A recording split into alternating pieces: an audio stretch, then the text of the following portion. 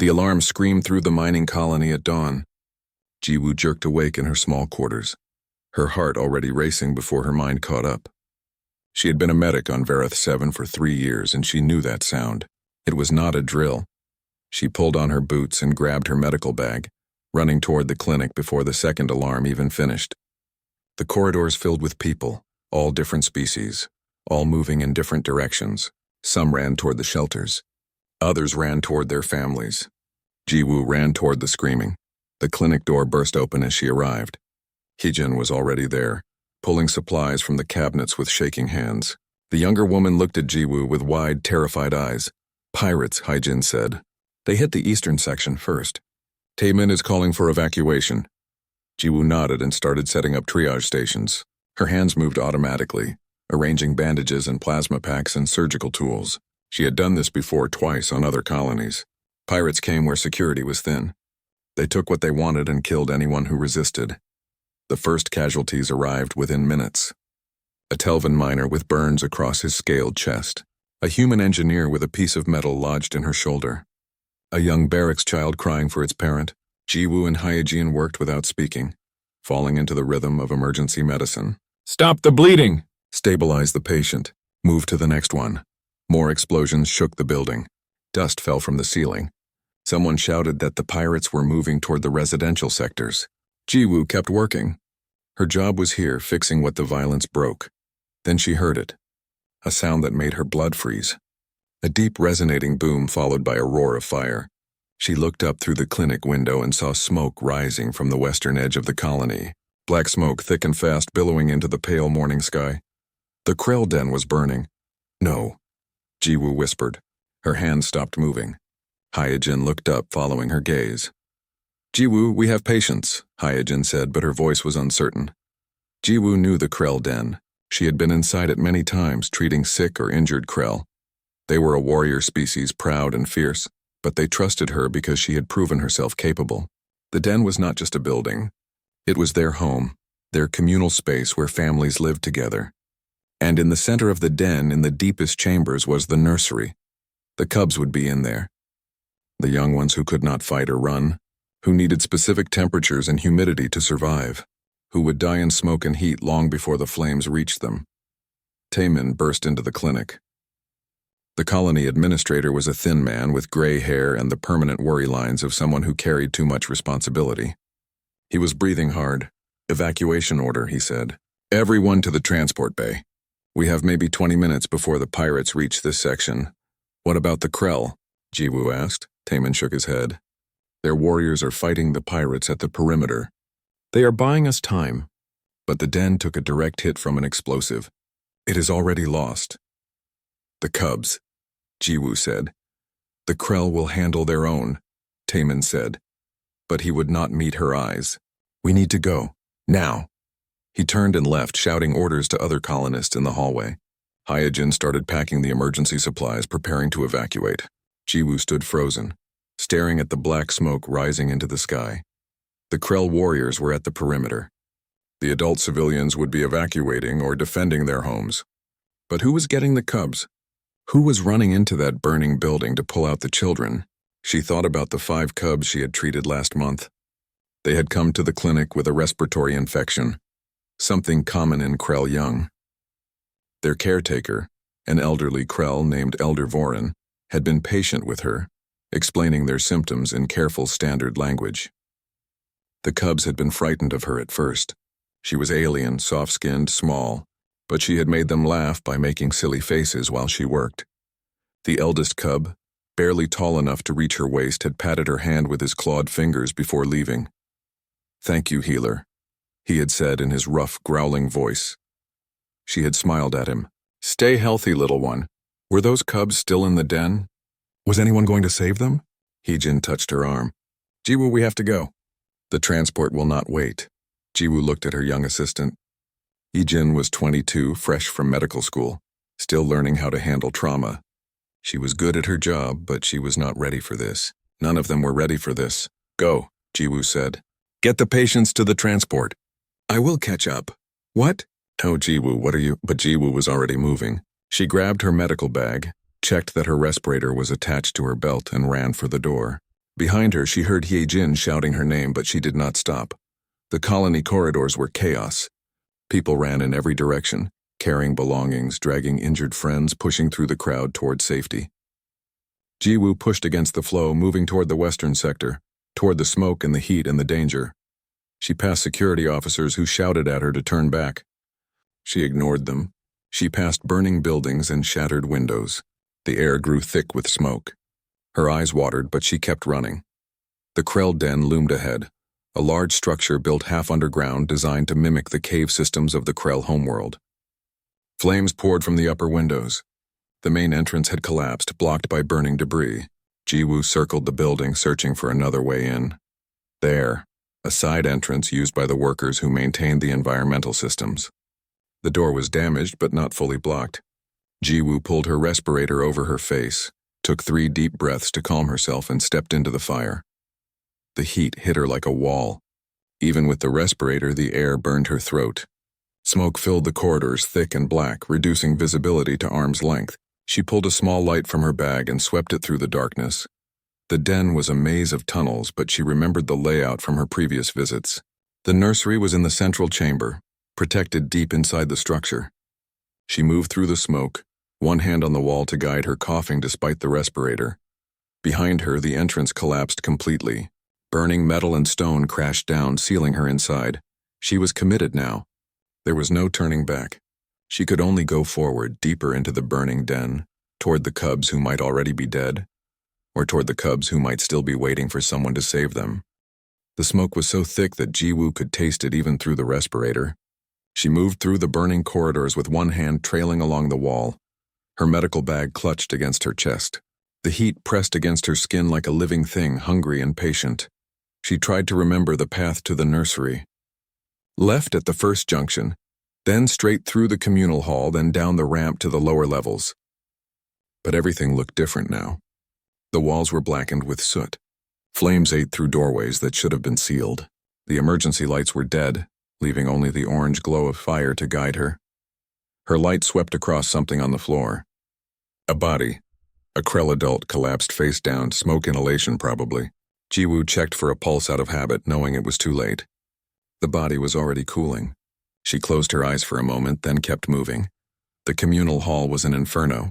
The ceiling had partially collapsed, bringing down burning support beams that blocked the main path. Jiwoo circled the room, searching for a way through.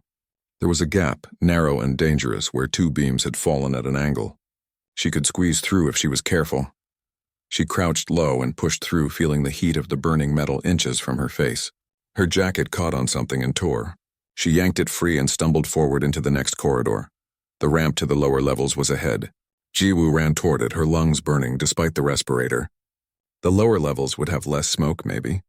The nursery chambers were designed to be sealed and protected. Maybe the cubs were safe down there. Maybe someone had already gotten them out, or maybe they were trapped, waiting in the dark, wondering why no one was coming. Jiwoo descended the ramp, moving faster now. The smoke thinned slightly as she went deeper. The temperature dropped a few degrees. She could breathe a little easier. The nursery was close now, just around the next corner. She turned the corner and froze. The main nursery chamber was destroyed. The ceiling had caved in completely, leaving a pile of rubble and twisted metal where the entrance had been. No one could have survived that. Jiwoo felt her heart sink into her stomach. Then she heard it. A sound so faint she almost missed it. A whimper, a cry, coming from somewhere beyond the rubble. The sealed inner chamber. The emergency room, built as a last defense against environmental failures or attacks. If the cubs had been moved there, they might still be alive. Jiwoo climbed over the rubble, ignoring the sharp edges that cut through her pants and bit into her hands. She found the inner chamber door on the far side of the collapse. It was sealed shut, just as it was supposed to be.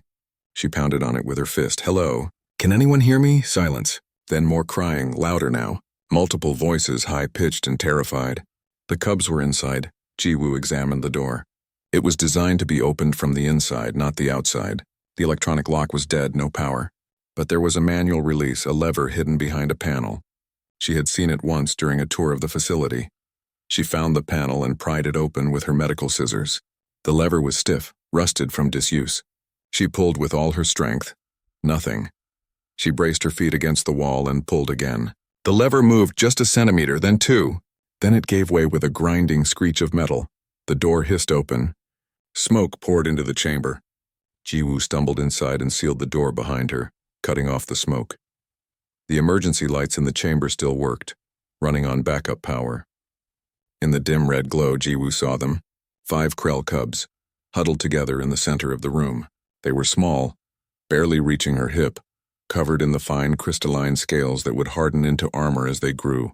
Their eyes were wide with fear, and in the corner, slumped against the wall, was Elder Voran. The caretaker was dead, crushed by debris that had fallen through a weak point in the ceiling. The cubs had been alone with the body for who knew how long. The cubs saw Jiwoo and their fear turned to aggression. It was instinct, the Krell survival response. They bared their small teeth, sharp and numerous. Their claws extended. The eldest cub, the one who had thanked her at the clinic, stepped forward and growled. "Stay back, alien," he rasped. His standard was broken but clear. "We defend ourselves." Jiwoo raised her hand slowly, keeping her movements calm and non-threatening. She knew Krell body language. Sudden movements meant attack. She needed to show submission without showing weakness. "I am not here to hurt you," she said, keeping her voice soft and steady. "I am Jiwoo. I treated you at the clinic. Do you remember?" The eldest cub tilted his head, studying her. Recognition flickered in his eyes. "The healer," he said, with the funny face. "Yes," Jiwoo said. "I make funny faces, and I help people, and right now I need to help you. The den is burning.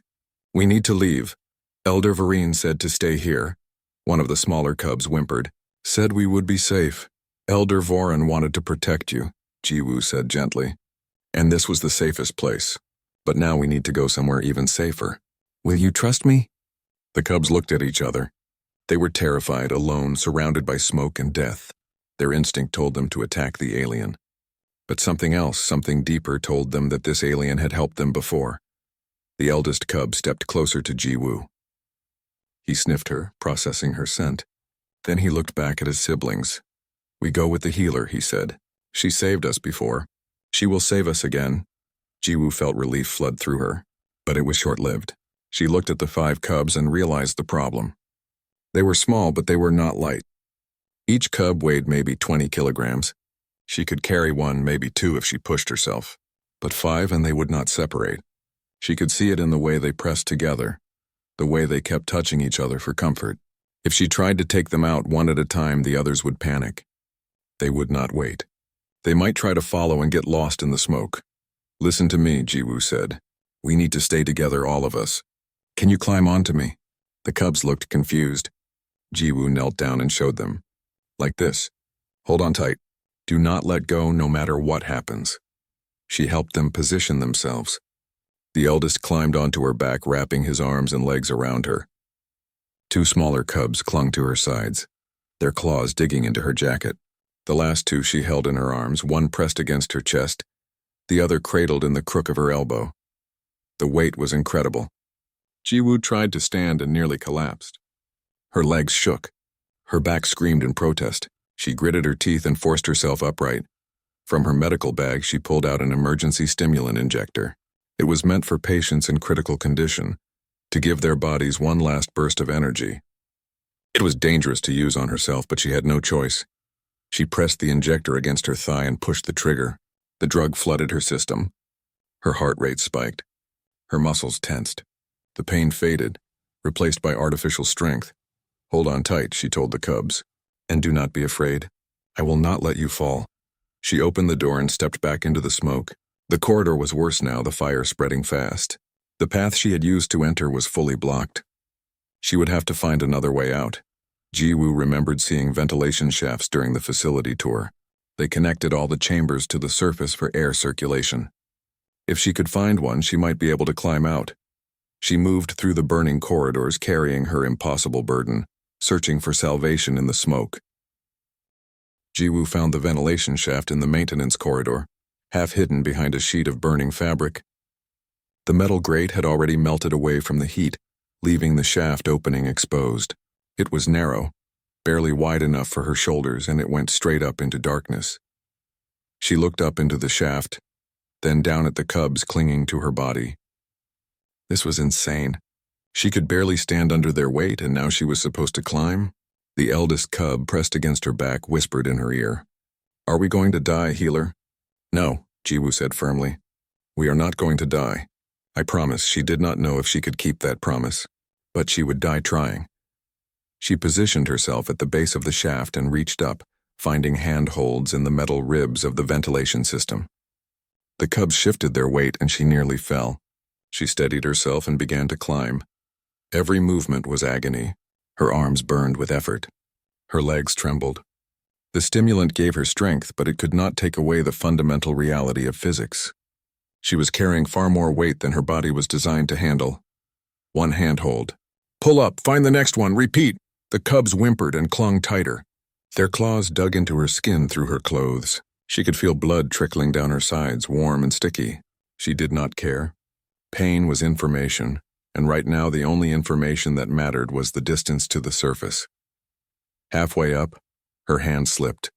For one terrible moment she fell backward, and she was certain they were all going to die. Then her other hand caught a higher grip and she slammed against the shaft wall. The cubs cried out. One of them lost his grip on her arm and started to slide. Hold him, Jiwoo shouted. The other cubs grabbed their falling brother, their claws interlocking, forming a living chain. They pulled him back into position. Jiwoo took a shaking breath and kept climbing.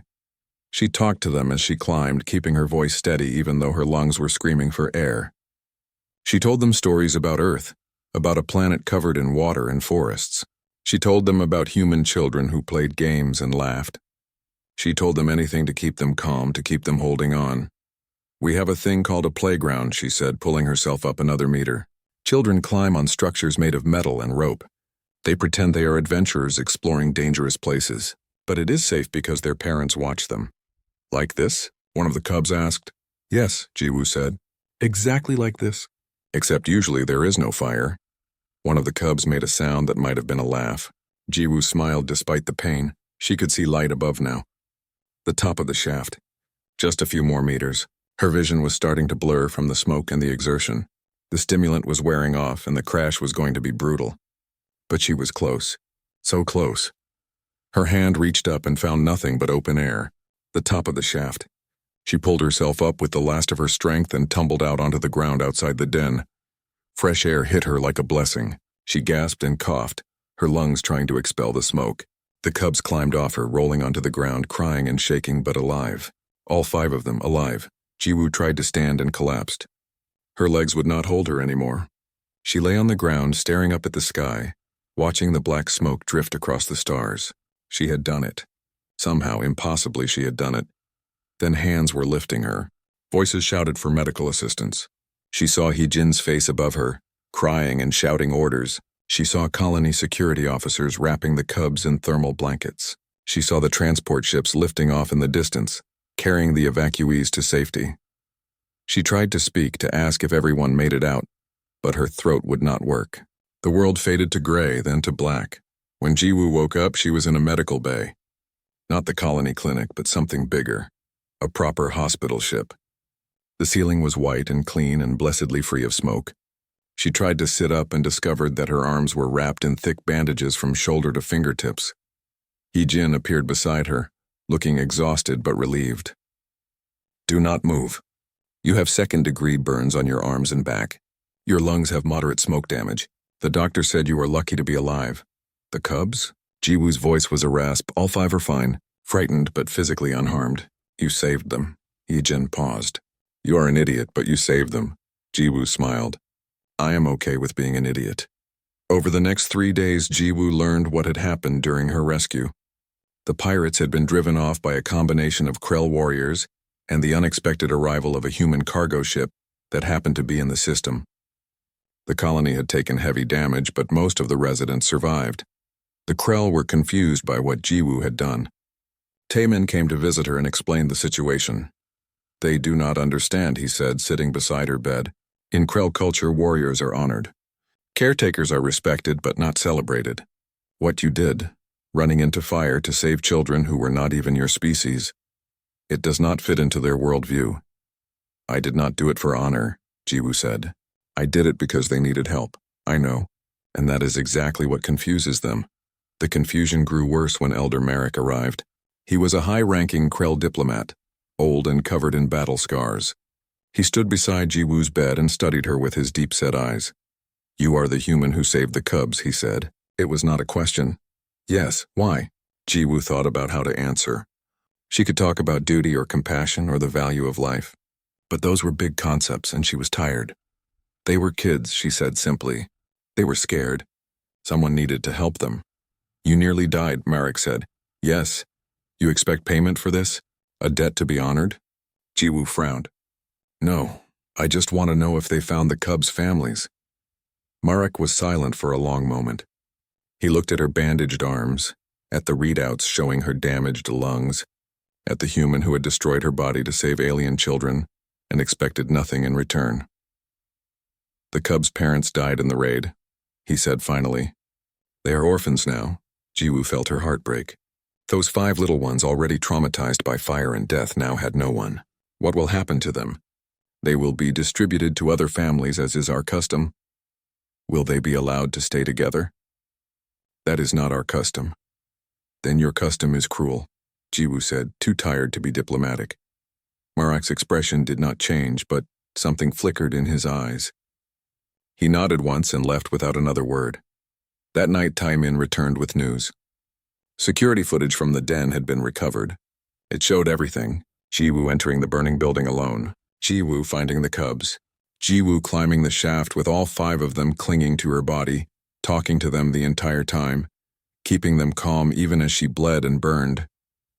The footage had been shared across the colony network, then across the system, then across the wider galactic community. Humans, other species were learning, did not abandon children in danger, even when those children were alien, even when the logical choice was to save themselves, even when it made no sense. The galaxy was starting to understand something about humanity, something that made them both fascinating and terrifying. Humans were not rational when it came to protecting the helpless. 2 weeks after the fire, Jiwoo was cleared to leave the medical bay. Her arms were still bandaged, and the doctors told her the nerve damage might be permanent. She could hold things, but her grip strength was reduced. Fine motor control was difficult. For a medic, it was a devastating injury. But she was alive, and so were the cubs. That was all that mattered. The colony was in the process of rebuilding. The Krell den was being reconstructed with better fire suppression systems. The damaged residential sectors were being repaired. Life was slowly returning to normal, except for the 5 cubs. Jiwoo learned that they were being housed in a temporary shelter, waiting for Elder Merrick to decide their fate. By Krell law, orphaned cubs should be separated and placed with different families to strengthen the genetic and social diversity of the pack. It was logical. It was traditional. But the cubs refused to be separated. Heejin told Jiwoo what happened when Marek tried to assign them to different families. The cubs attacked the adults, claws and teeth flashing. They barricaded themselves in a corner and would not let anyone approach. The only name they would speak was Jiwoo's. "They have formed a pack bond with you," Heejin explained. "It is not supposed to be possible with an alien, but somehow it happened. They think you are their family now."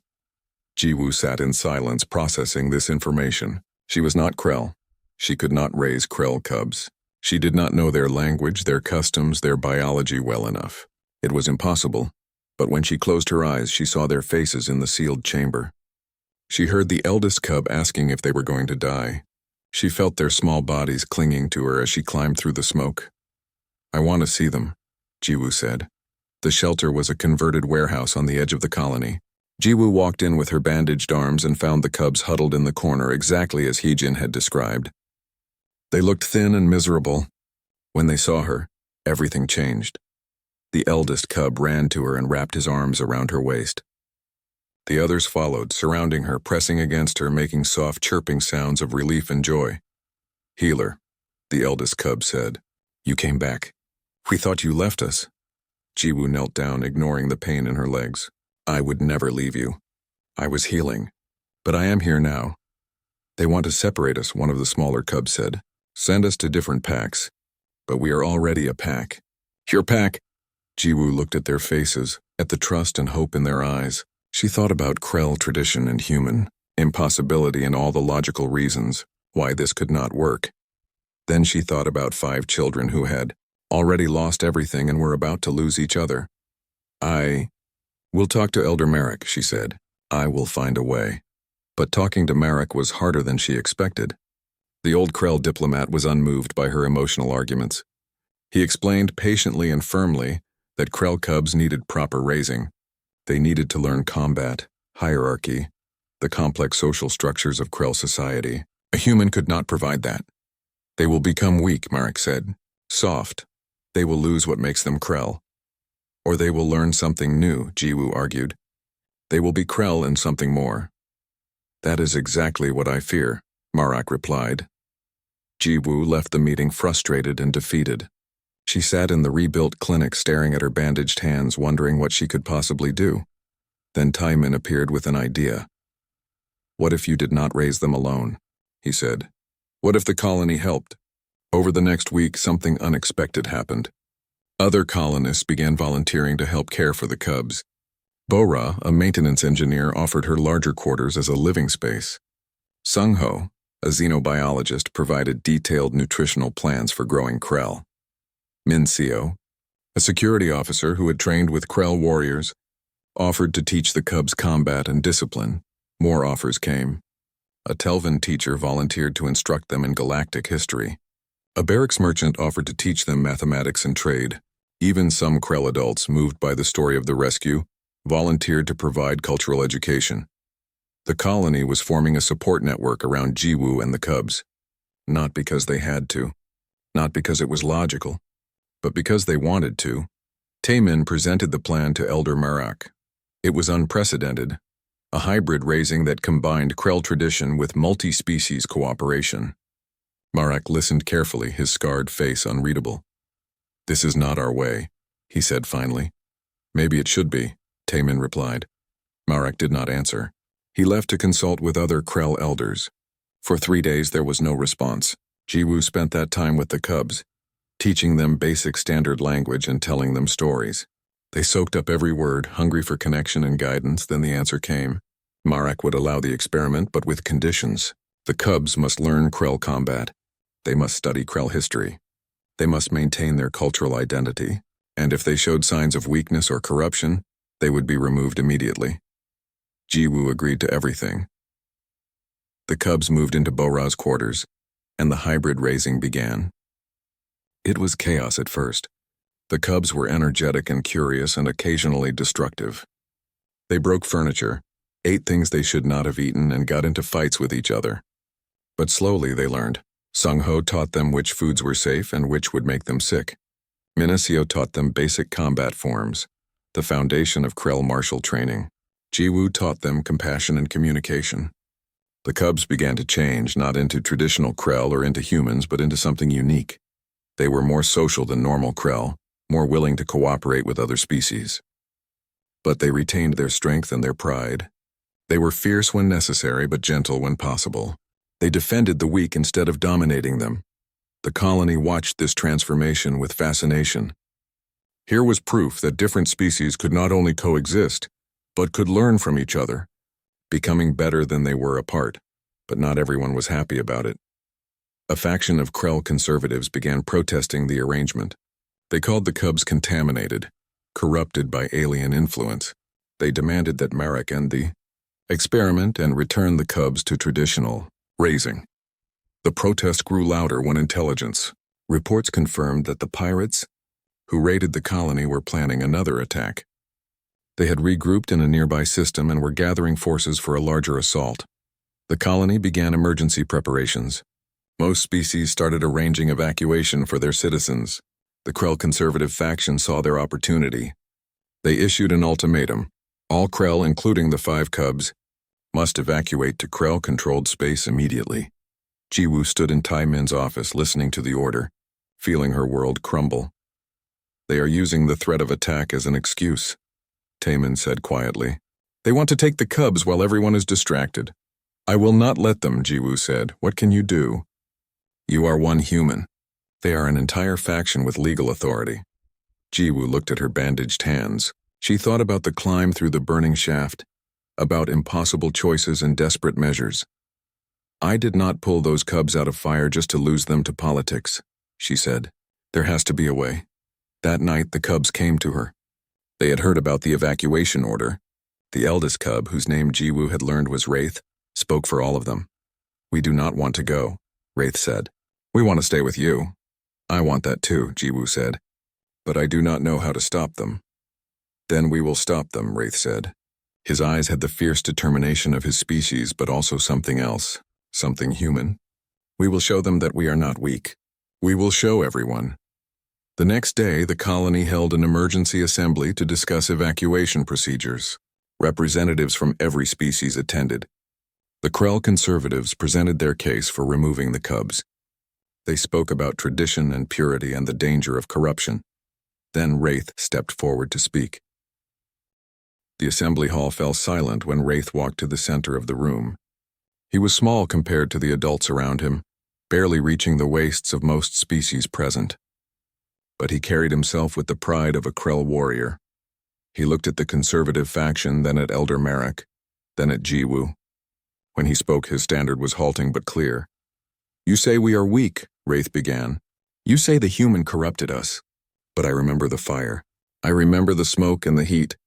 I remember being trapped with my brothers and sister, certain we would die." He paused, his young voice steady despite the emotion behind it. "Jiwoo came into that fire. She could have died. She almost did die. She carried all 5 of us out because we were too scared to move. She climbed through smoke and flames, and she never let us fall." Wraith turned to face the entire assembly. "You say that makes her weak?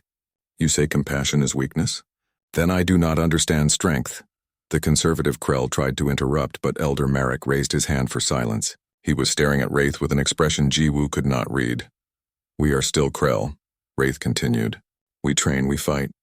We honor our ancestors, but we also learned something new. We learned that strength is not just about defeating enemies. It is also about protecting those who cannot protect themselves. Is that not what warriors do?" He looked at Jiwoo, and his next words came out softer. "The human saved us when no one else could. She gave us her strength when we had none. We will not forget that. We will not leave her." Wraith bowed in the Krell fashion, a gesture of respect and finality, then walked back to Jiwoo's side. The assembly hall remained silent. No one seemed to know what to say. Then Elder Marek stood. The old warrior moved to the center of the room, his scarred face thoughtful. "I have watched the security footage many times," Marek said. "I have seen the human climb through fire with 5 cubs clinging to her body. I have seen her bleed and burn and refuse to give up. I have tried to understand why." He looked at Jiwoo. "In Krell culture, we honor warriors who sacrifice themselves in battle. We tell stories of their courage. We teach our young to aspire to such bravery, but what this human did was not battle. It was something else, something we do not have a word for." Marek turned to address the entire assembly. "Perhaps that is our failure. Perhaps we have been so focused on strength that we forgot there are different kinds of strength. The strength to run toward danger when others run away. The strength to protect the helpless even at cost to yourself. The strength to care." The conservative faction tried to protest, but Marek's voice cut through their objections. "These cubs are not weak. They are becoming something new, something that combines the best of Krell tradition with something we have learned from humans. I will not separate them from the one who saved their lives." The decision was made. The cubs would stay with Jiwoo, at least until the current crisis was resolved. The conservative faction left the assembly in anger, but they had been overruled. Jiwoo felt relief flood through her, but the relief was short-lived. The pirate threat was still real. Intelligence confirmed that a much larger force was gathering. The colony's defenses were minimal. Most species were still planning to evacuate. Taman called an emergency meeting that evening. "We have maybe 3 days before the pirates arrive. I am ordering a full evacuation. Everyone will board the transport ships and leave for safer systems. What about the colony?" Bora asked. "We just rebuilt it. We can rebuild again," Taman said. "We cannot replace lives. Where will we go?" someone asked. "Wherever will take us. We will be refugees, but we will be alive." The meeting ended in grim silence. Jiwoo returned to Bora's quarters, where the cubs were waiting. She tried to explain what was happening, that they would have to leave the colony and find a new home. The cubs listened quietly, their young faces serious. "Will you still be with us?" Wraith asked. "Always," Jiwoo promised. That night, Taman made a call. It was a desperate measure, reaching out to nearby human settlements with an emergency request. He did not expect much. The settlements were small, independent, with no military forces. But he had to try. 3 hours later, he got a response. 3 human ships appeared in the system the next morning. They were not military vessels. One was a cargo hauler, another a mining ship, the third a passenger liner. They carried no weapons, but they came anyway. The lead ship's captain, a gruff man named Jae-sung, contacted the colony directly. His message played over every speaker in the settlement. "We heard one of ours ran into a burning building to save some kids," Jae-sung said. "We figured she might need backup." More ships arrived over the next day. Human vessels from across the sector. Civilian volunteers responding to a call that was not even meant for them. They brought supplies, medical equipment, and most importantly, they brought themselves. Taimin tried to explain that the colony was being evacuated, that staying was dangerous. Jae-sung laughed. "Then we will help with the evacuation, but we are not leaving until everyone is safe." The human ships formed a defensive perimeter around the colony. They had no weapons, but they coordinated with frightening efficiency. They organized evacuation schedules, prioritized vulnerable populations, and created supply chains to keep everyone fed and healthy during the chaos.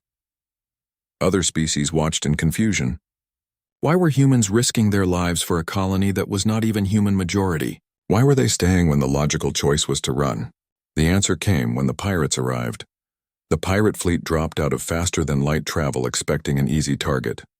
They found instead a coordinated defense, human ships broadcasting on all channels. "This colony is under our protection. Leave or face consequences." The pirates laughed. What could unarmed civilian ships do? They learned quickly. The human ships began coordinating with the colony's minimal defense systems. They used their hulls as shields, positioning themselves between the pirates and the evacuation transports.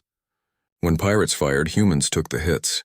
When pirates advanced, humans moved to intercept. One human cargo ship took a direct hit to its engine core. The captain broadcast a calm message. "Cargo ship Autumn Rain is disabled. All crew evacuating. Do not stop the evacuation for us." Jiwoo watched from the colony, her heart breaking. These humans were dying to protect people they had never met. Then something unexpected happened. The Krell warriors, who had been preparing to evacuate, stopped. They looked at the human ships taking fire, at the civilians refusing to abandon the colony.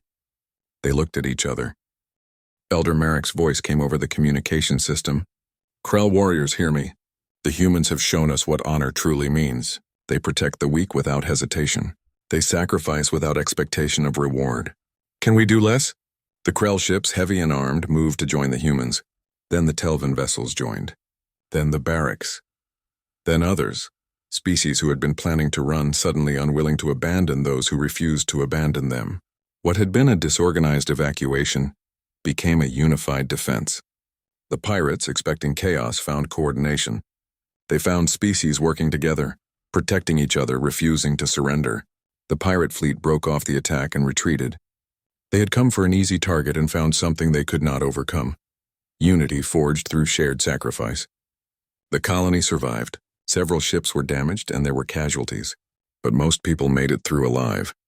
The human ships limped into dock, battered but functional. Jiwoo went to meet Captain Jae-sung as he disembarked. He was a big man with gray hair and tired eyes. She tried to thank him, but he waved her off. "Do not thank me. You are the one who ran into a burning building. We just showed up." "You risked everything for us," Jiwoo said. "Why?" Jae-sung smiled. "Because you are one of ours. And you needed help. What else were we going to do?" In the days that followed, something changed in the colony. Species that had been distant began cooperating more closely. The Krell began teaching combat techniques to other species. Humans shared their medical knowledge. Everyone contributed to rebuilding. Elder Merrick formally adopted Jiwoo into Krell society, an honor never before given to an alien. The 5 cubs became known as the Bridge Pack, the first of their kind. They would grow up learning from multiple species, carrying the best of each culture. Wraith found Jiwoo one evening, sitting on the roof of the rebuilt clinic watching the sunset. "Why did you save us?" he asked. It was a question he had asked before, but this time he seemed ready for a real answer. Jiwoo thought for a moment. "Humans have a saying. We are all someone's children. When I saw that den burning, I did not see alien cubs. I just saw kids who needed help. Wraith sat beside her in comfortable silence. Finally, he spoke. Humans are strange. Yes, Jiwoo agreed. But good strange. I will take that as a compliment. They sat together as the sun set over the colony, over a place where species were learning that their differences made them stronger, not weaker. Where a human medic with scarred arms was teaching the galaxy that sometimes the greatest strength was the willingness to run toward danger when others ran away. Word of the colony spread across space. The story of a human who carried 5 alien cubs from a burning den. The story of civilians who faced down pirates to protect strangers. The story of different species standing together because one person showed them what courage really meant. Across the galaxy, a new phrase began circulating.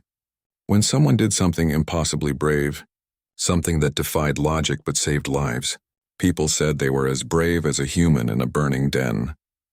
And Jiwoo, who had only wanted to help some scared children, became a symbol of something larger, proof that humanity's greatest weakness, their compulsion to protect others even at cost to themselves, was actually their greatest strength. Because in a cold and dangerous universe, sometimes the most powerful thing was simply refusing to leave anyone behind.